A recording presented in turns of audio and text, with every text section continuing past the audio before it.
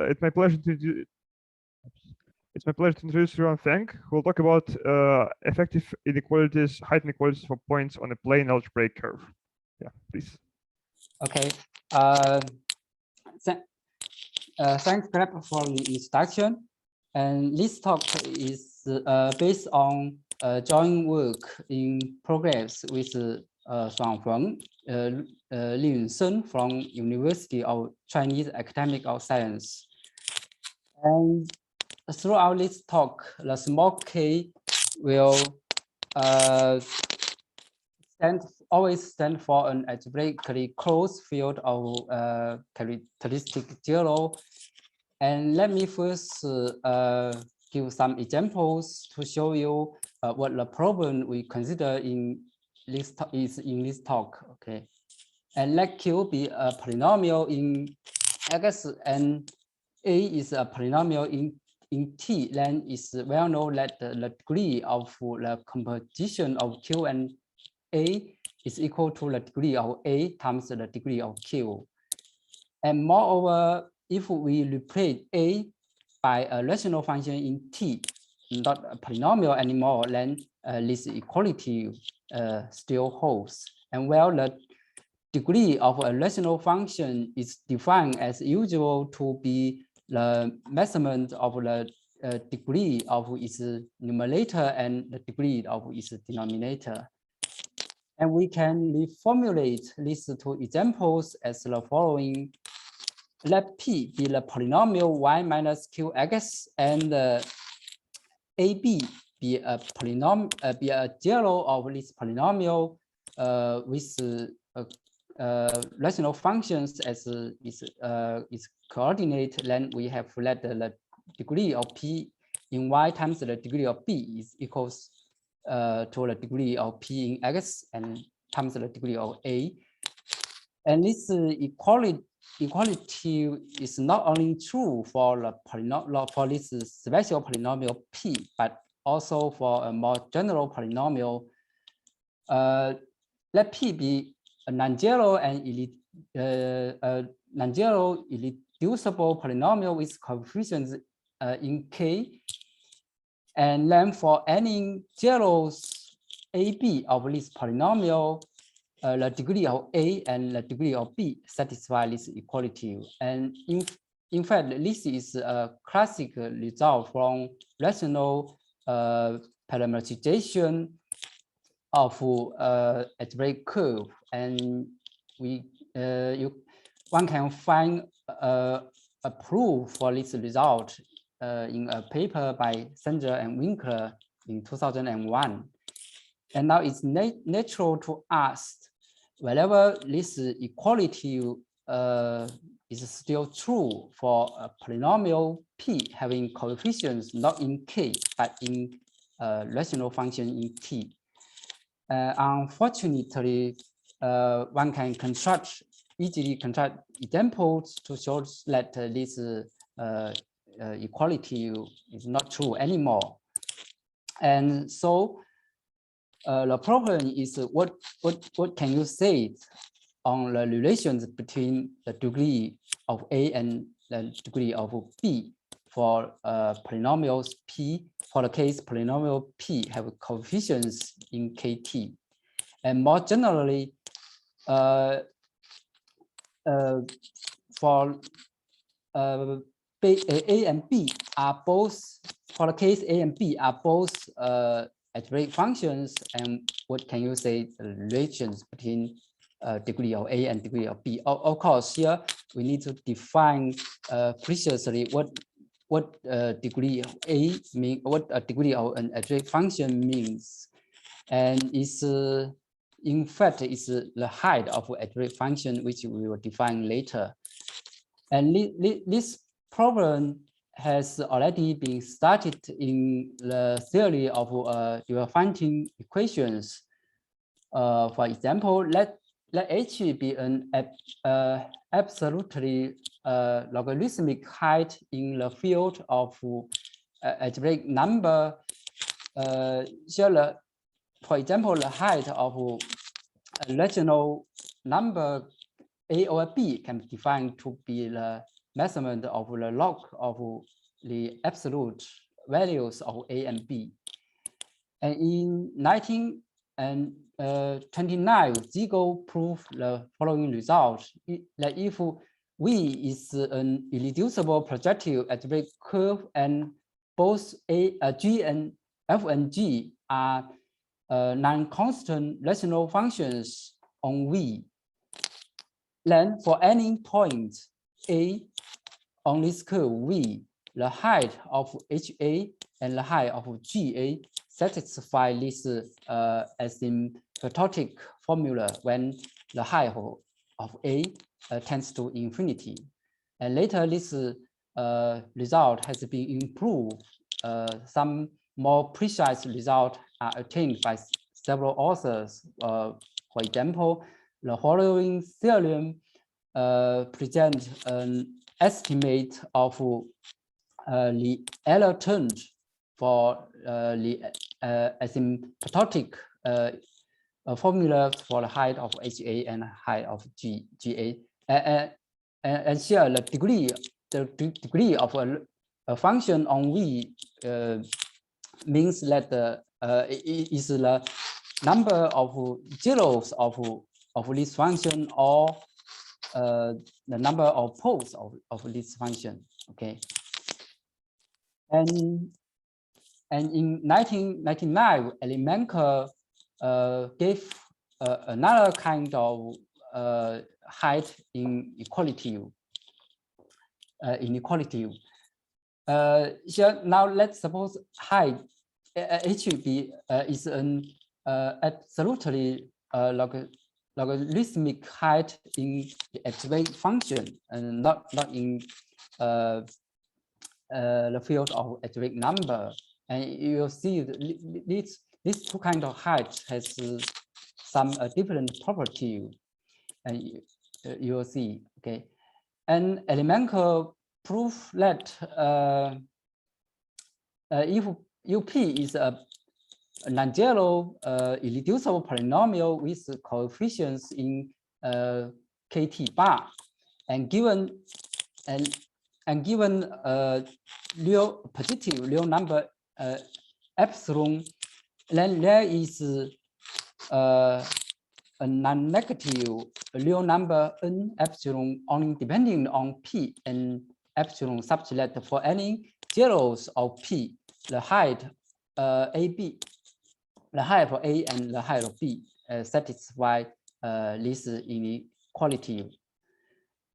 And if we compare this result with the previous theorem, we can see that here n epsilon does not depend on the point AB anymore, but we need to multiply it on the left-hand side by 1 minus epsilon and 1 plus epsilon on the right-hand side. And Elimenko used this result to prove the existence of degree bond for all rational solutions of first-order ordinary differential equations. However, from the viewpoint of symbolic computation, we need to have an explicit estimate for n epsilon. Okay, and this is the goal of our work. So, and in this talk, we will present an explicit bond for n epsilon in terms of epsilon and the total degree of P and the height of P. And first, let's give the definition of the height. Let's show what the height is in this talk. And I'm not going to give the general definition of height, but only a special case for our purpose. Let K be a finite extension of KT. And for a place of K, place we can consider it as roughly as a point on the curve whose associate function field is K. Okay, and we use alt P to denote the order function of K with respect to this replay P. And then for a point in the projective space over KT bar, say A, we define the height of A to be the sum of this measurement divided by the extension degree of K over KT. And well, the capital K is a finite extension of KT containing all the coordinate AI, and the sum runs over all place P of K. And let me explain a little bit why this definition is well defined. First, we know that there are infinitely many places of K, so we need to show this sum is actually a finite sum. That means this sum is well defined, and there are also infinitely many field K, which is a finite extension of KT and containing all the coordinate AI. So we need to prove that the value HA is independent of the choice of the field K. Okay, and also we need to prove HA is independent of the representation of the point A.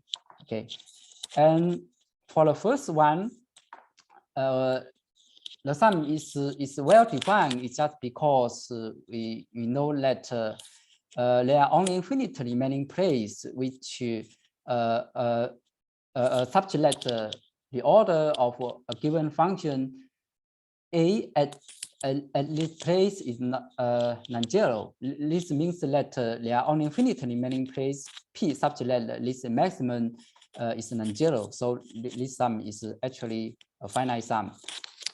And why HA is independent of the choice of K? And to prove this, it suffices to show that if we replace K by its finite extension, say K tilde, then we still get the same HA. And to see this, let P be a place of K, and then there are infinitely many places of K tilde which lies above P. Let's say there are Q1, Q2, and Qs, and we denote by nu I the corresponding ramification index. Then we have that the sum of all this mu I is exactly equal to the extending degree of K tilde over K. And we also have that the order of A at the place Qi is equal to nu I times the order of A at the place P. And then if we multiplied the numerator, both numerator and denominator of this expression by the extension degree of K tilde over K, and then we use these two equalities, then we have let the maximum of the order of AJ at the P over this integer is equal to the sum of the maximum of the order of AJ at the place Qi over this integer. And here the sum runs over all Q1, Q2, and Qs. And from this, we can see that HA does not depend on the choice of K. And the K for while the HA is independent of the representation of A, And suppose that the point A has these two representations. Then using the fact that given a rational function, the sum of the orders of this function at all places is equal to 0. This means that this part is 0. So we have the sum of the maximum of this maximum and equals to the sum of this maximum, and so we can see that HA is independent of the representation of A, and so by this we can take the one of the coordinate of A to be 1. Then we know that the height of a point, a projective point A, is always not less than 0. Okay, and so we have given definition of the height of a point, a projective point, and now given an element A in KT bar, and we can embed A as a point in the projective space of one dimension by setting its first coordinate to be 1, and then we define the height of A to be the height of this corresponding projective point.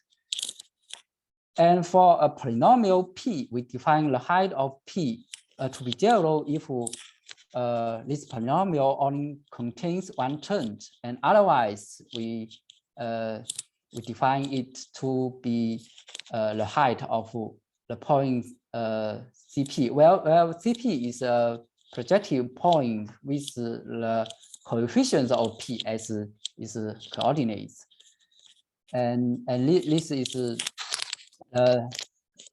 definition of the height we need in this talk.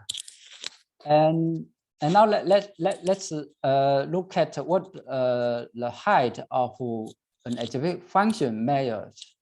Okay, and let A be an algebraic function, and let K be the function field generated by A over KT, and then by the definition we have let HA is equal to in fact it's equal to the number of the poles of A divided by this extended extension degree.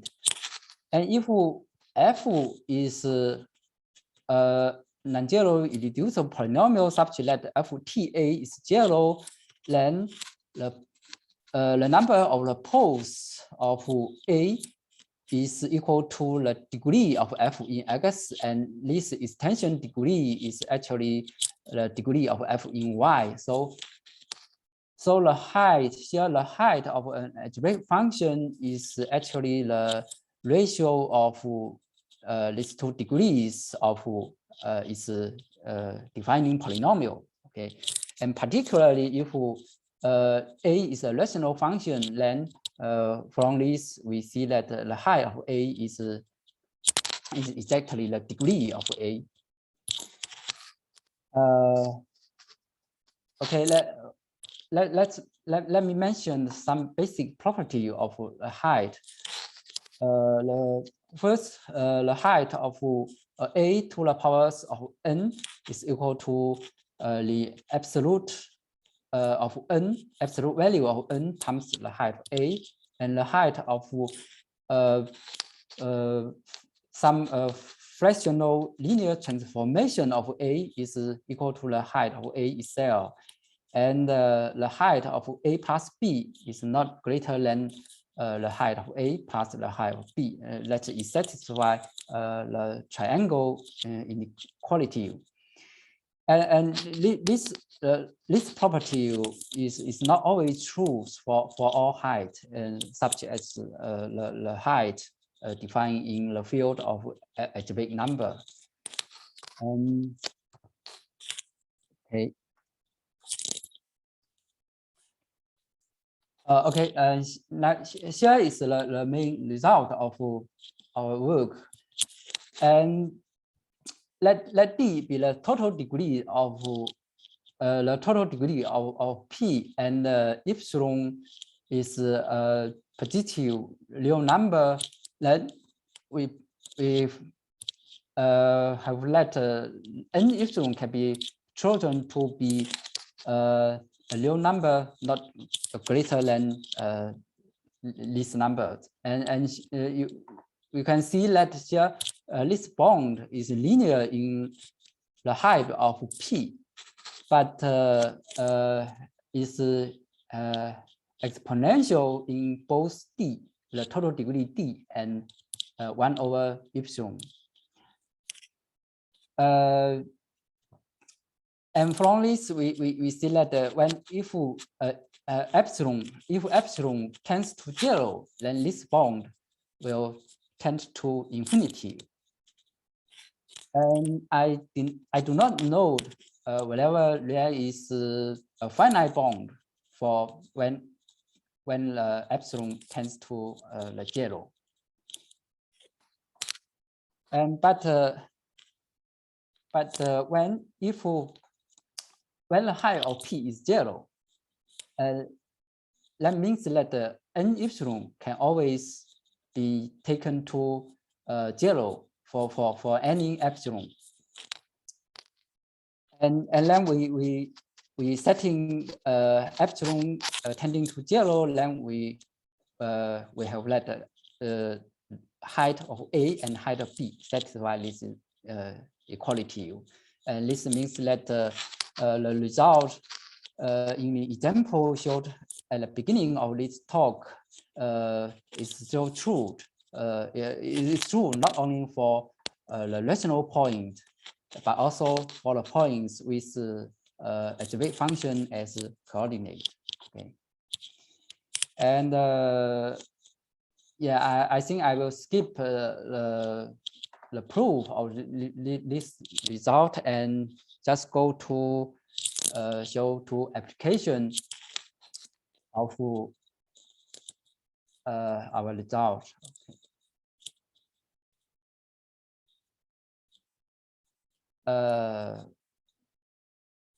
Maybe I just show you some special cases.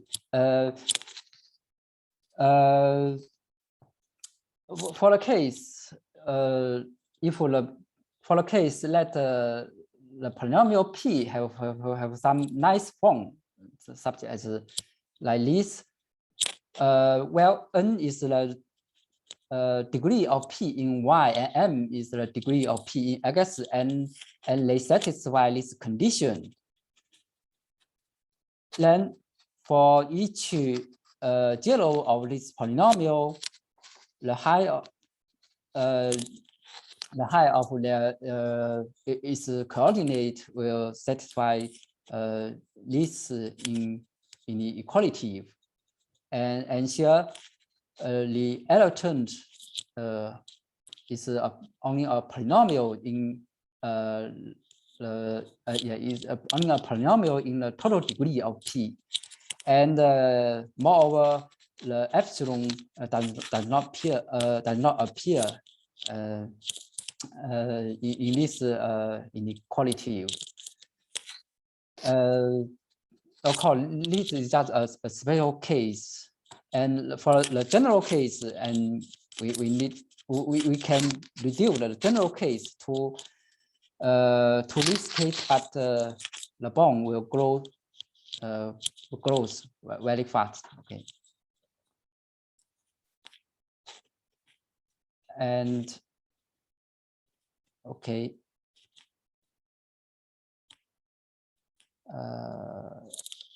Yeah.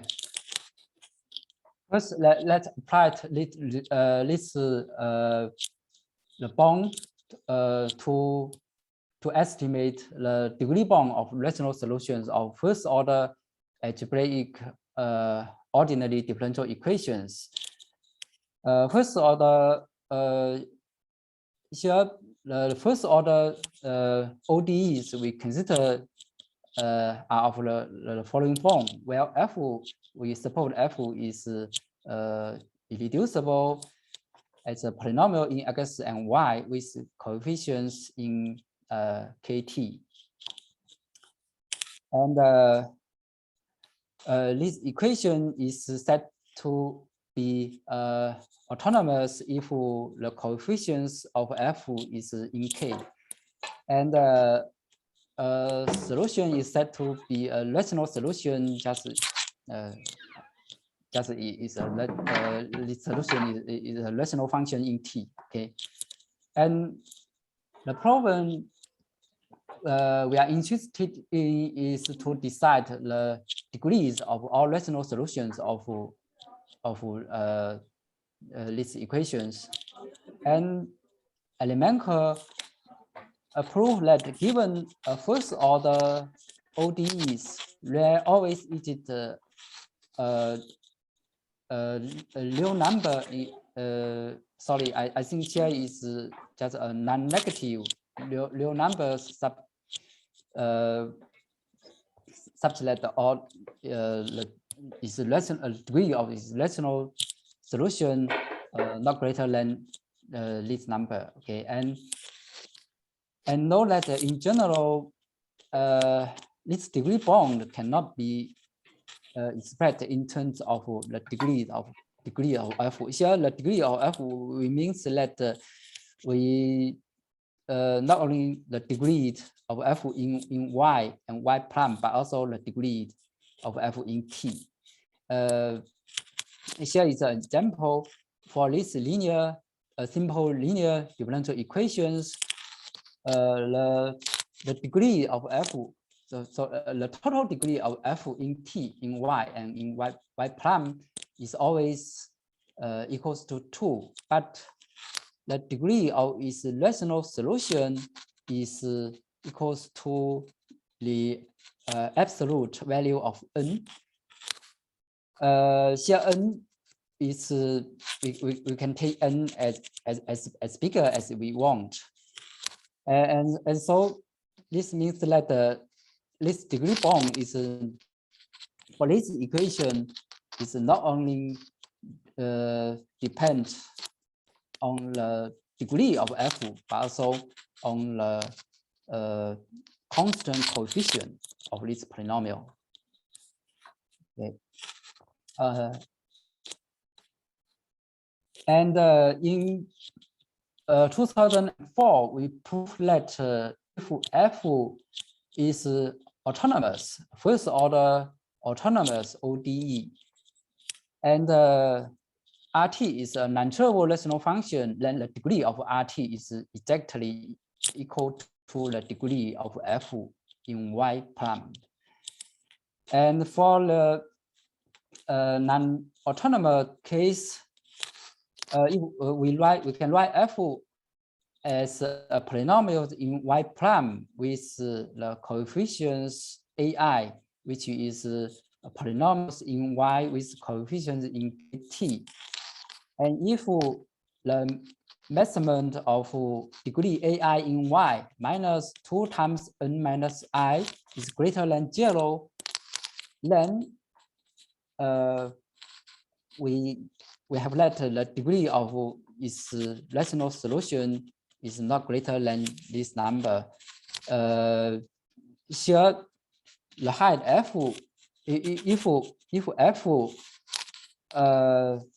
is also polynomial in t, and then we can then the height of f is equal to the degree of f in t actually.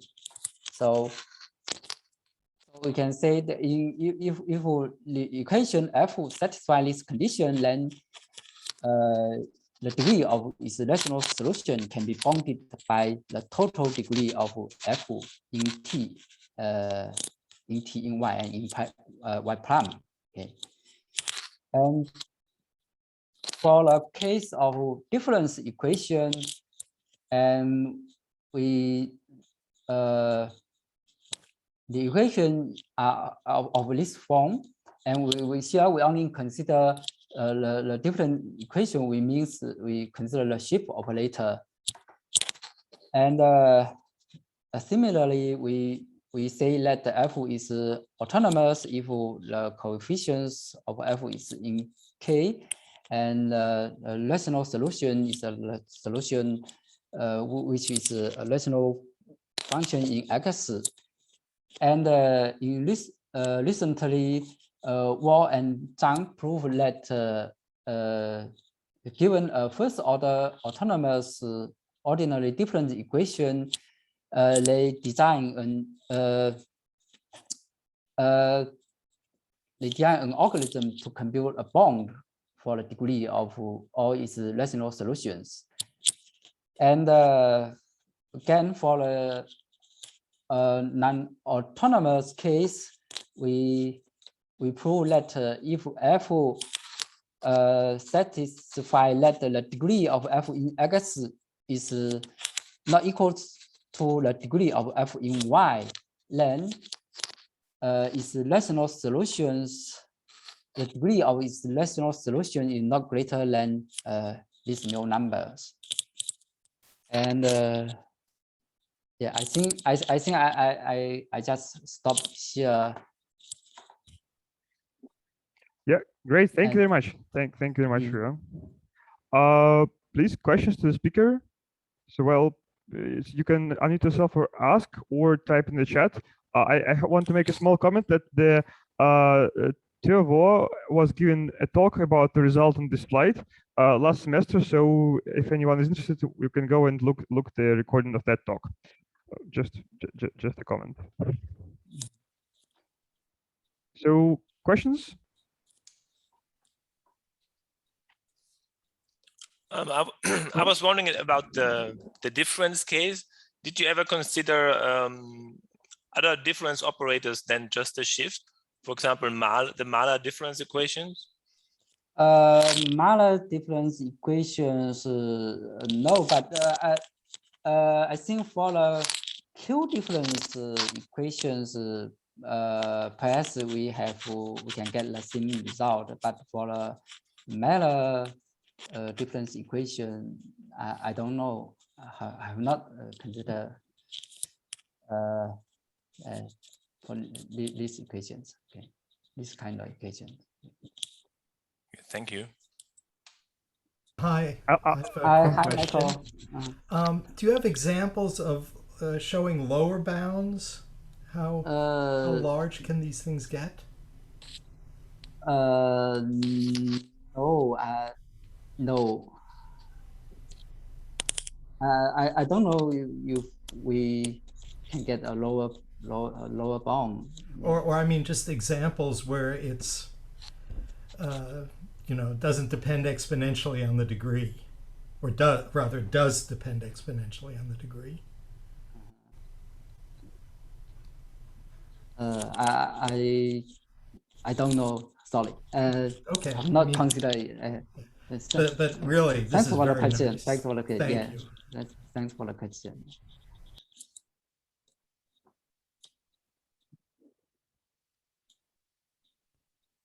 Okay. Any other questions? So you will have also opportunity to ask questions after the breakout session. So maybe now we can go to there. All right. So I'm going to stop the recording.